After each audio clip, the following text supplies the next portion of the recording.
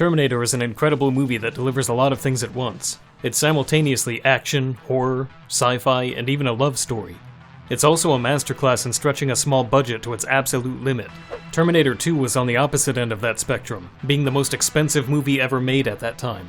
It became the template for explosion-filled action blockbusters with set pieces that still haven't been surpassed. I was watching Terminator 2. How are they ever going to top these stunts in a movie again? There's no way. James Cameron seemed interested in another movie set entirely in the future war, which would have been the only way to continue without ruining Terminator 2's ending. You could just say this was in the timeline before Judgment Day was stopped. But there were rights issues and he had his hands full with Titanic, so a third movie just never happened. It's a shame the series never continued, but I guess everyone respected it too much to taint it. Oh no! The timeline has changed! Talk to the hand. I'm receiving memories of something called Genesis and it totally blows! Oh, bitch! Wait your turn! The sequels dug themselves into such a hole that the last two in a row had to reboot and wipe away the earlier movies, only to fuck things up just as badly themselves. The only one to attempt the future war angle was Salvation, and while its heart was in the right place, it just wasn't very good, and it seemed to turn Cameron off of the future war idea. The point of all this is that Resistance is probably the closest to Cameron's future war movie we'll get. It has a lot of rough edges, but it completely succeeds at making you feel like you are in those scenes from T1 and 2, experiencing that world firsthand. The low budget shows through in a lot of ways, but the developers get it right when it really counts. The lighting and drone models are so perfect that I can't imagine getting much closer to Cameron's Terminator vibe on current hardware. Almost every facet of the game is a reference to something in the movies, whether it's the design of a truck, or a random computer terminal, or Sarah Connor's workplace. The music is heavily based on Terminator 1 and faithfully mimics Brad Feidel's style. It even has the club song in it. Resistance is a fanservice overload, and if you have no interest in Terminator, then a major part of its appeal evaporates. But I think the game can stand on its own without the nostalgia. It's not a superficial homage. They converted everything from the movies into gameplay that has substance and makes sense. The HK drones aren't just there to look cool. They function the same way they do in the films. Their patrols are mostly easy to avoid, but if you're spotted, they suddenly become the worst threat to deal with. It adds an extra layer of stealth to the game to have to evade them at the same time as the ground enemies. All of the drones seen in the films are given a fitting place in the game design. Weak patrol spiders are common as you learn the basics, while the bigger tanks and HKs are treated more like mini-bosses, often guarding critical routes and forcing you to engage them to get through. These designs were great in the movies, but they're more intimidating when you actually have to get close and take them down yourself with your pitiful arsenal. Almost all of the weapons are based on what characters used in the films, and in every case they fit right into FPS gameplay. Pipe bombs can easily be made using scavenged materials, but don't have as much impact as the higher-tech can grenades. You rely on normal guns at the start, but like in the movies, they have almost no effect on Terminators, so after their introduction you have to start scrounging for plasma ammo. The developers clearly cared a lot about the Terminators in particular and made them the most intense threat in the game. They're not very smart, but they kill within seconds and leave no option but to flee in the first few missions, massively spiking the difficulty. Even after loading up on laser weapons, they're still hard to take down, with headshots almost being a requirement to stop them before they annihilate you. It's much better to engage them less directly by hacking turrets and setting traps.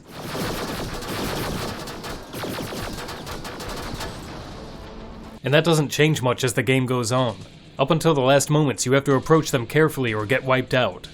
This only holds true on hard mode. I started that way because a post-apocalyptic world should be hard, and after redoing some of it on normal, I'm certain that it's a much worse way to play. You barely have to use cover, and even the Terminators are pushovers that won't detect you until you're close enough to hug, which explains a lot of the criticism the game received at launch. The default difficulty undermines everything that makes Resistance good. I was also playing with gyro aim, which is refreshingly easy to set up because the game doesn't lock out mouse input when a gamepad is used.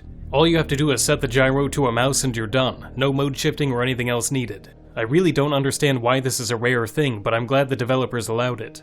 There's a lot to like about Resistance, but there's no hiding that it's also brimming with trash. Character interactions are really awkward and cringe-inducing. That giant spider is going to get us! You have to destroy it! And most of the dialogue is surprisingly boring considering the subject matter. Few characters sell me on the idea that they live in the post-apocalypse and instead seem like generic NPCs you could have plucked out of any game.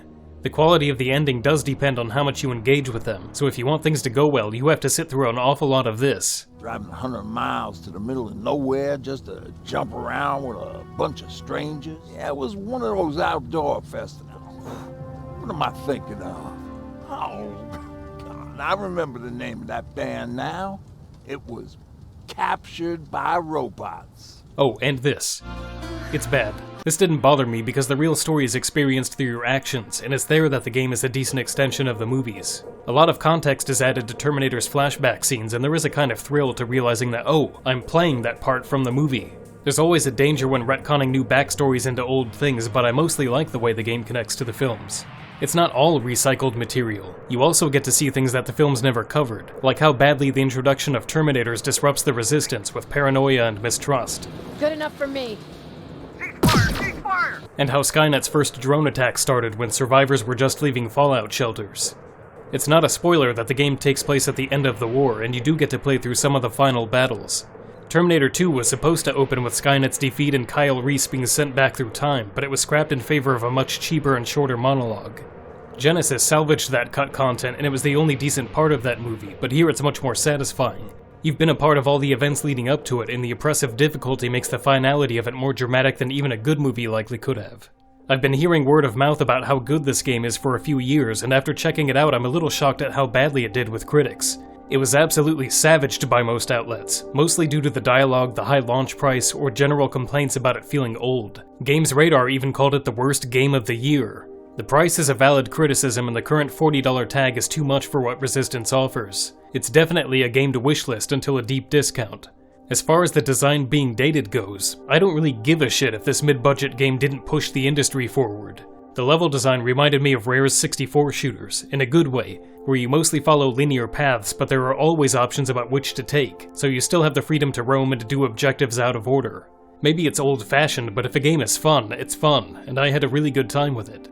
So I was also happy to pick up Annihilation Line, the new expansion that falls somewhere between DLC and a full sequel. While the main campaign lasted me about 15 hours, Annihilation Line lasted about 7. There's no major change in approach with Annihilation Line, although it does keep a faster and better pace than the base game. The dialogue is still dull, but the characters are at least a better fit for the Terminator universe. They even give the main role to Kyle Reese. He doesn't look, act, or sound like Michael Biehn, but it's an improvement over the totally forgettable NPCs from before. Otherwise, Annihilation Line is more of the same. There are a few new enemy types and a destructible cover mechanic, but you still use the same weapons, skills, and crafting system to fight the same Terminators in mostly the same way. If you didn't like Resistance, it will do nothing to change your mind. It does feel a little bit tighter and more polished, and I never got bored of the basic gameplay. The same ingredients are all being used again, but I think Teon did a good job of finding enough new arrangements to avoid fatigue. As well as Resistance nailed the look of Terminator, there's a danger in basing an entire game off a small handful of scenes that all pretty much look the same. Annihilation Line begins with the same style and it does start to get old, but the developers do push the visuals into some new places after the early missions. Everything has a little more scale and spectacle than the main game. I wish I could say more, but that's really it. Both campaigns are cheap but enjoyable shooters that condense the Terminator movies into competent gameplay. Resistance isn't a great game. In fact, it's kind of junk, but it's fun junk, with a lot of heart, and if you're a Terminator fan then it's completely worth playing the base game. Teon could have done a lot more with Annihilation Line. It's good content, but it would have been better to make this a full sequel with more evolved gameplay. It's really only suited to people who love Resistance enough to want 7 more hours of it tacked on. The whole package is 7 Tinglenators. If you don't care about the movies, Tinglenate one of them. That may not be the most glowing endorsement, but not everything you play has to be a Game of the Year winner, does it? You pampered little baby. Fuck you, asshole. Okay. Set. Action! Allow me to break the ice. And cut. Action. All right, everyone, chill. Action! What killed the dinosaurs? The Ice Age! Action. Always winterize your pipes. And cut. Action. It's as satisfying to me as coming is, you know, as having sex with a woman and coming. So can you believe how much I am in heaven? I'm like getting the feeling of coming in the gym, I'm getting the feeling of coming at home, I'm getting the feeling of coming backstage when I pump up, when I pose out in front of 5,000 people. So I'm coming day and night. I mean, it's terrific, right? And cut. Pretty good. Pretty darn good.